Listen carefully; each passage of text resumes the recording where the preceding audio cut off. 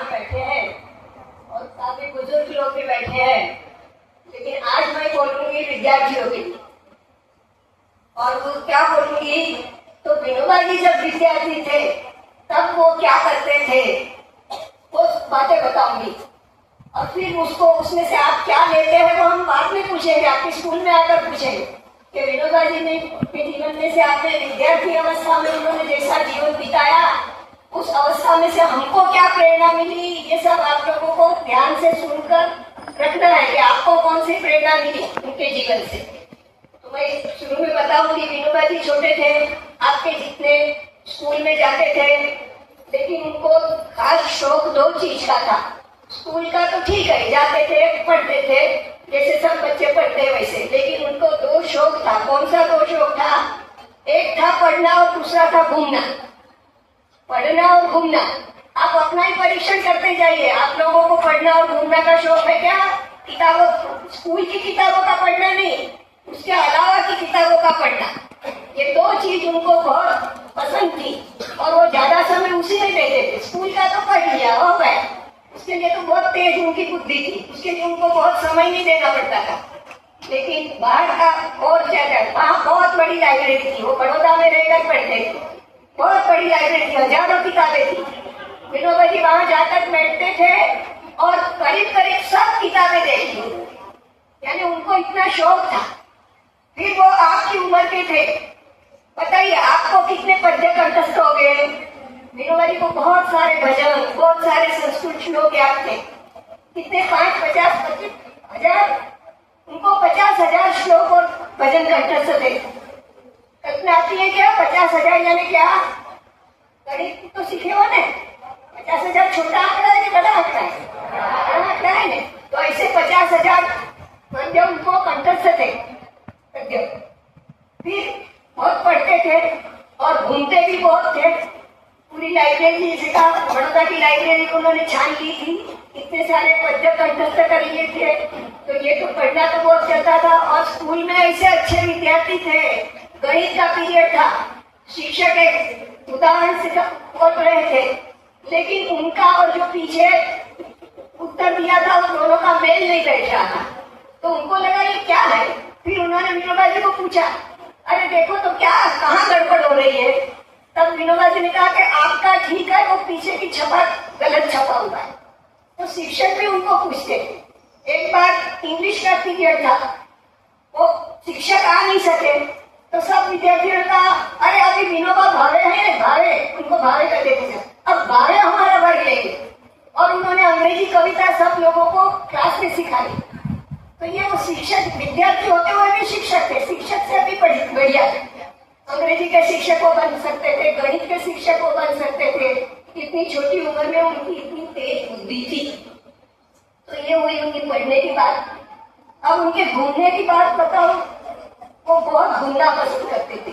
School छुट्टी के तुरंत निकल जाते थे और 4-5 मिनट घूमे बिना उनको चैन नहीं पड़ता था।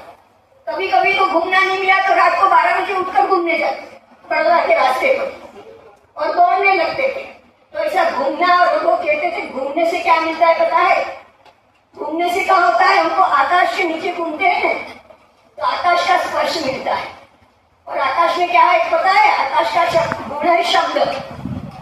तो वो कहते थे मुझे आकाश से शब्द मिलते, किताबों से शब्द नहीं मिलते थे। उनको कहाँ से शब्द मिलते थे? आकाश से शब्द मिलते थे। और वो जब पदयात्रा करते थे ना, रोज का 8-10 मिनट चलना तो थका होता है, लेकिन चलने के बाद वो भाषण देते थे। और वो भाषण देते थे और बहुत अच्छे अच्छे विचार प्रकट करते थे। तो लोग कहते थे कि आप इतना श्रम करते हैं और खाते तो इतना, बहुत कम खाते थे, कैलोरी उनकी बहुत कम थी। तो पूछते थे ऐसे कहाँ से आपको विचार, ऐसे कहाँ से आपको शक्ति मिलती है?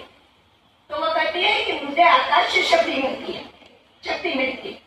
और दूसरा, गीता के 18 अध्याय से शक्ति मिलती है। आप लोगों में से कितने लोगों ने विनोबा जी की गीता पढ़ी है? क्या हाथ उठाओ। तो पौना गांव के बच्चे गीता पढ़ी है कि नहीं विनोबा जी की? हाथ तो कोई नहीं उठता है।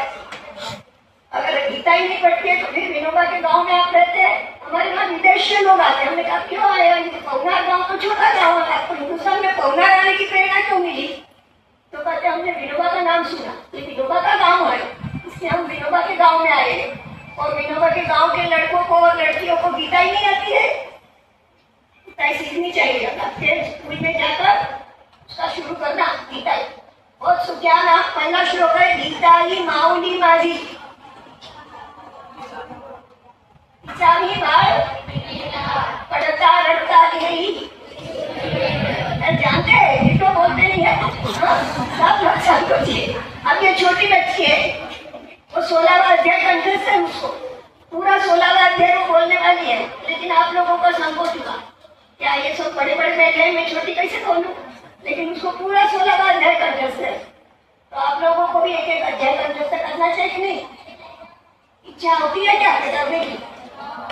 ठीक है, तो ये जो दो शौक उनको था, एक का पढ़ना और दूसरा घूमना, तो ये शौक अच्छे है कि नहीं? कि मोबाइल देखना अच्छा है? कितने लोगों के पास मोबाइल है?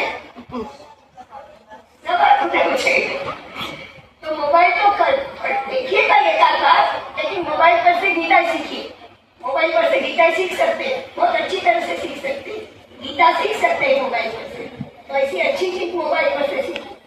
तो ये दो चीज याद रखिए। विनोबा जी को कौन सा शौक था? घूमना, पढ़ना। तो ये दो शौक अच्छे हैं कि नहीं? उसके अलावा कौन से शौक हो सकते हैं अच्छे? लोगों की सेवा करना, श्रम करना। विनोबा जी जब यात्रा स्कूल पद यात्रा करते थे, भूटान पद यात्रा के पहले भी उन्होंने पद यात्रा की, तो जहाँ जाते थे वहाँ भाषण देते थे और फिर लोगों को प्रेरणा देते थे। कहीं एक आध महीना रहना है तो सब विद्यार्थियों को इकट्ठे करते थे और कहते थे यहाँ अच्छी लाइब्रेरी होनी चाहिए। तो लाइब्रेरी होने के लिए कहाँ से पैसे लाएंगे बच्चे? तो कहते हम आटा पीसेंगे और आटा पीस कर जो पैसा मिलेगा उसमें से हम लाइब्रेरी बनाएंगे। तो श्रम भी उनको बहुत प्रिय था, श्रम करना और श्रम अपने श्रम से जीना। उन्होंने जिंदगी भर अपने श्रम से जिए, बहुत मेहनत की। यहाँ जो खेती है ना, वो खेती भी वो करते थे, बहुत करते थे। तो कहते थे पैसा गलत है, पैसा गड़बड़ करता है, तो हमको पैसा के बिना जीना है। तो आपके पास जमीन है तो आप पैसा के बिना जी सकते हैं कि नहीं? जमीन है और चरखा है तो पैसा के बिना जी सकते हैं कि नहीं? कपड़ा चाहिए और अनाज चाहिए, जमीन अनाज देगा और चरखा क्या देगा? कपड़ा देगा। फिर बाकी चलती है, ठीक है, सब चीजों के बिना हम जी सकते हैं, अनाज और कपड़े के बिना नहीं जी सकते। दो चीज चाहिए। तो उन्होंने यहाँ प्रयोग किया इस जमीन में। कौन सा प्रयोग किया? उसको कहते हैं कांचन मुक्ति का प्रयोग। क्या कहते हैं? कांचन मुक्ति का प्रयोग, यानी पैसा के बिना जीना। तो देश में पैसे के बिना जीने का कुछ उदाहरण खड़ा होना चाहिए। तो यहाँ इस जमीन में, इस खेती में, आप लोग पौना गाँव में रहते हैं, तो आप लोगों की जिम्मेवारी ज्यादा है कि नहीं ज्यादा है? हम सब तो दूर दूर से आए हैं। यहाँ जो हम बहने बैठी है ना, कोई बंगाल से आई है, कोई उड़ीसा से आई है, कोई आसाम से आई है, कोई गुजरात से आई है, कोई कर्नाटक से आई है। हम सब बाहर के हैं, आप लोग तो पौना गाँव के हैं। तो आप लोगों की जिम्मेवारी है कि नहीं विनोबा जी? समझने की, जानने की, समझाने की। ये बच्चों की पौना गाँव है तो हमको अभिमान होना चाहिए कि हमारे गाँव में विनोबा जी आश्रम है। आश्रम के बारे में कोई आपको पूछेंगे तो आपको बताने आना चाहिए कि आश्रम में क्या क्या चलता है, विनोबा जी कैसे थे। तो आज आप लोगों ने, कुछ लोगों ने अभ्यास करके लाया, अच्छा लगा, बहुत अच्छा लगा। ये छोटे बच्चे भी इसमें से अभ्यास करके आते हैं। तो ये अभ्यास आपको अभी रोकना नहीं है और आगे बढ़ना है और बहुत अच्छी तरह से विनोबा जी को समझना है और समझाना है। तो वो जिम्मेवारी आप लोगों की है। हम तो अब उम्र बढ़ाने बड़ी उम्र के हो गए, कहा है मेरी उम्र 94 साल है, तो अब हम कितने दिन है, फिर आगे कौन काम करेगा? आप लोग करेंगे ना सब। तो इस तरह से एक छोटी सी बात है। विनोबा जी के दो शौक कौन से? घूमना और पढ़ना। तो ये शौक जो है वो अपने जीवन में लाने जैसा है। और सब बच्चियां लाएंगी क्या? वो बच्चे और बच्चियां, हाँ, उसमें से थोड़ी प्रेरणा मिलेगी तो जरूर करिए। अच्छा, सबको नमस्कार, जय जगत। हमारा मंत्र अभी